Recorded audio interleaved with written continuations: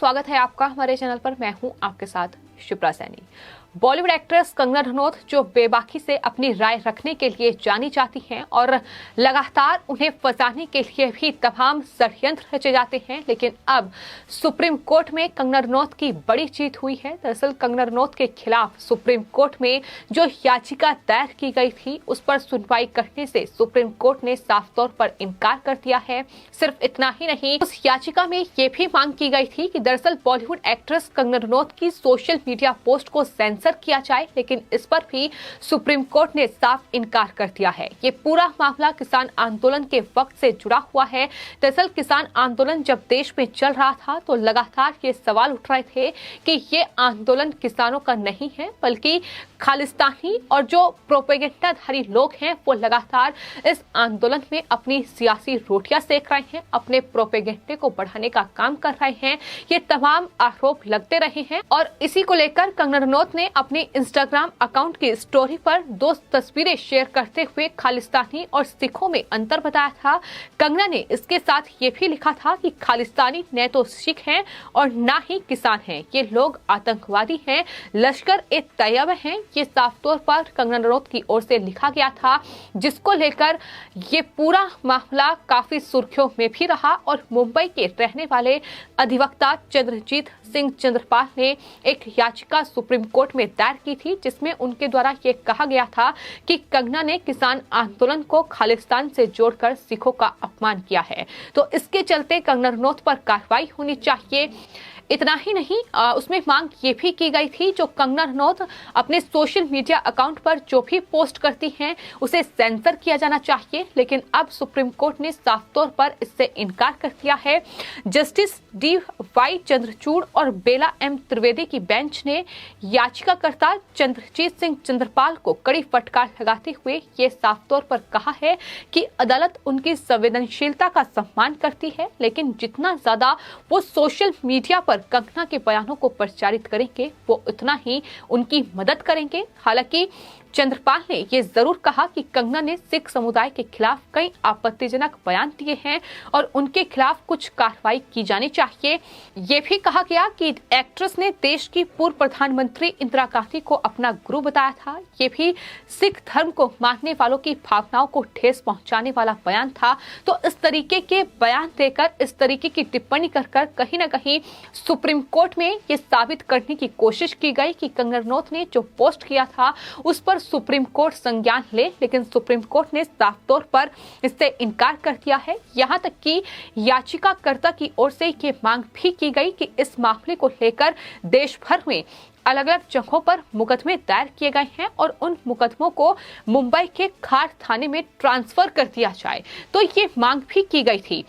लेकिन इस पर सुप्रीम कोर्ट की ओर से अहम टिप्पणी की गई है। सुप्रीम कोर्ट ने ये कहा है कि कोई तीसरा आदमी आपराधिक मुकदमे ट्रांसफर करने की मांग आखिर कैसे कर सकता है, मांग सही नहीं लग रही है और सुप्रीम कोर्ट ने इससे भी साफ तौर पर इनकार कर दिया। लेकिन सबसे बड़ा सवाल ये है कि आखिर मुंबई में इन तमाम मामलों को ट्रांसफर क्यों किया जाए। हम देख चुके हैं कि किस तरीके से महाराष्ट्र की पुलिस और महाराष्ट्र सरकार कंगना रनौत को फंसाने के तमाम साजिश और षड्यंत्र रच चुकी है। किस तरीके से बीएमसी में जो शिवसेना सत्ता में बैठी हुई है, उन्होंने दरअसल अपनी सत्ता का इस्तेमाल करते हुए कंगना रनौत के जो ऑफिस है, जो बंगला है, उस पर भी बुलडोजर चलवाया था। सिर्फ इतना ही नहीं, कंगना रनौत को लेकर जिस तरीके की बयानबाजी शिवसेना के सांसद संजय राउत की ओर से की गई है, जिस तरीके से कंगना रनौत को हरामखोर तक करार दिया गया है, ये तमाम टिप्पणियां बताती हैं कि किस तरीके से महाराष्ट्र सरकार और खासतौर पर शिवसेना, मुख्यमंत्री उद्धव ठाकरे और शिवसेना के सांसद संजय राउत लगातार कंगना रनौत को घेरने की कोशिश में जुटे रहते हैं। और कहीं ना कहीं यही वजह है कि ये जो याचिका है, जो सुप्रीम कोर्ट में मुंबई के एक स्थानीय वकील जो चंद्रजीत सिंह चंद्रपाल हैं, उनकी तरफ से दायर की गई थी और उन्होंने ही ये मुंबई में तमाम मुकदमों को ट्रांसफर करने की मांग की। लेकिन सुप्रीम कोर्ट ने साफ तौर पर वकील को फटकार लगाते हुए ये कहा कि ये मांग उन्हें सही नहीं लग रही है और ऐसा नहीं हो सकता है। और इतना ही नहीं, इस पूरी याचिका में बॉलीवुड एक्ट्रेस कंगना रनौत जिस तरीके से अपनी बेबाकी से राय रखती हैं, तमाम सोशल मीडिया प्लेटफॉर्म पर वो एक्टिव रहती हैं, इतना ही नहीं, जब वो देश में हर मुद्दे पर अपनी बात रखती हैं तो उनके ट्विटर अकाउंट को भी सस्पेंड कर दिया जाता है। अब वो अगर इंस्टाग्राम स्टोरी अपनी डाल रही हैं और अपनी बात रख रही हैं तो उसको लेकर भी अब याचिकाकर्ता की ओर से ये मांग की गई है कि एक्ट्रेस के सोशल मीडिया पोस्ट पर सेंसरशिप लगाई जाए, यानी पोस्ट में वो क्या लिख रही हैं इसकी जांच पड़ताल की जाए और तभी वो आगे सर्कुलेट होना चाहिए। लेकिन इस पर भी सुप्रीम कोर्ट ने साफ तौर पर इनकार किया और ये कहा कि इस मामले में संविधान के अनुच्छेद 32 के तहत सीधे सुप्रीम कोर्ट आने की जरूरत नहीं थी। यानी जिस तरीके से सीधे याचिका सुप्रीम कोर्ट में दायर की गई है उसकी जरूरत नहीं थी। जब मामला पुलिस के पास हो, जब मुकदमा उन पर चल रहा हो, तो ऐसे में आखिर सुप्रीम कोर्ट में याचिका दाखिल करने की क्या जरूरत है? याचिकाकर्ता को कोई दूसरा विकल्प खोजना चाहिए था, ये भी सुप्रीम कोर्ट की ओर से कहा गया है। वो सभी मामलों को मुंबई ट्रांसफर करने की मांग पर भी कोर्ट ने कहा आपराधिक मामले में शिकायतकर्ता और आरोपी ही इस तरह की मांग कर सकते हैं, किसी तीसरे पक्ष को इस तरीके का कोई भी अधिकार नहीं है। ये तमाम टिप्पणियां हैं जो सुप्रीम कोर्ट की ओर से कही गई हैं, लेकिन सबसे बड़ा सवाल यही है कि किसान आंदोलन में किस तरीके से खालिस्तानियों ने अपनी सियासी रोटियां सेकी हैं,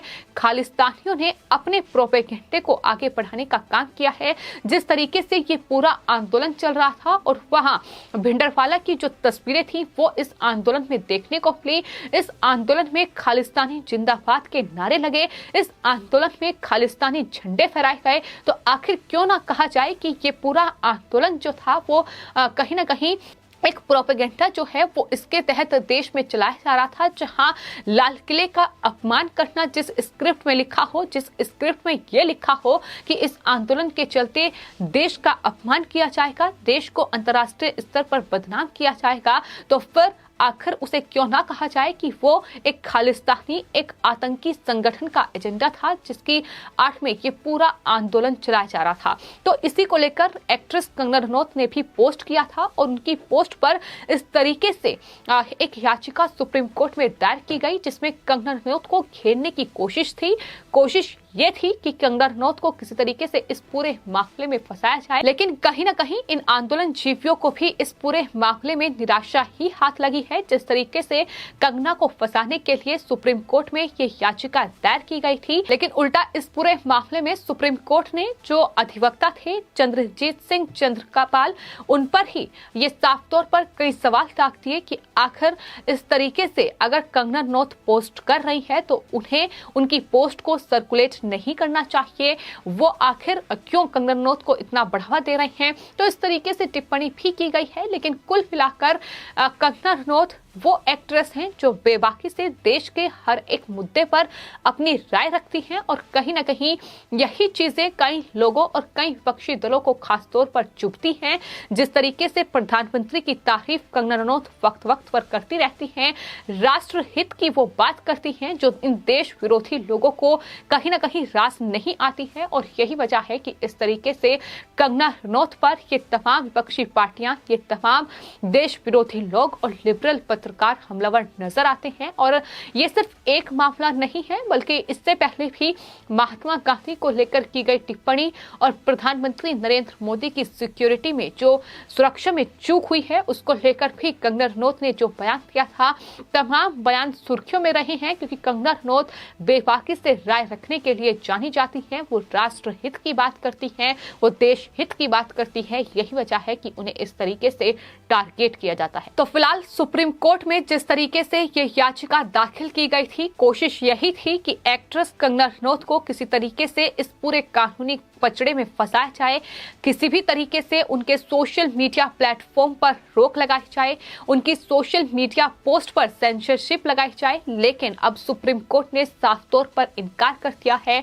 और याचिकाकर्ता को भी कड़ी फटकार लगाते हुए ये कहा है कि हर एक छोटे मामले में सुप्रीम कोर्ट आने की जरूरत नहीं है और और वो भी तब जब ये पूरा मामला फिलहाल पुलिस के अंडर हो, जब इस पूरे मामले में पुलिस अपनी कार्रवाई कर रही हो। तो ऐसे में सुप्रीम कोर्ट आने की जरूरत नहीं है। और जिस तरीके से ये मांग की गई थी कि कंगना रनौत की सोशल मीडिया पोस्ट पर प्रतिबंध लगाया जाए या फिर कोई जरूरी निर्देश इस पूरे मामले में दिए जाएं, इस पर भी अब सुप्रीम कोर्ट ने साफ तौर पर इनकार कर दिया है। फिलहाल आपकी इस पूरे मामले पर क्या राय है, हमें कमेंट बॉक्स में जरूर लिखें और चैनल को सब्सक्राइब करें। धन्यवाद।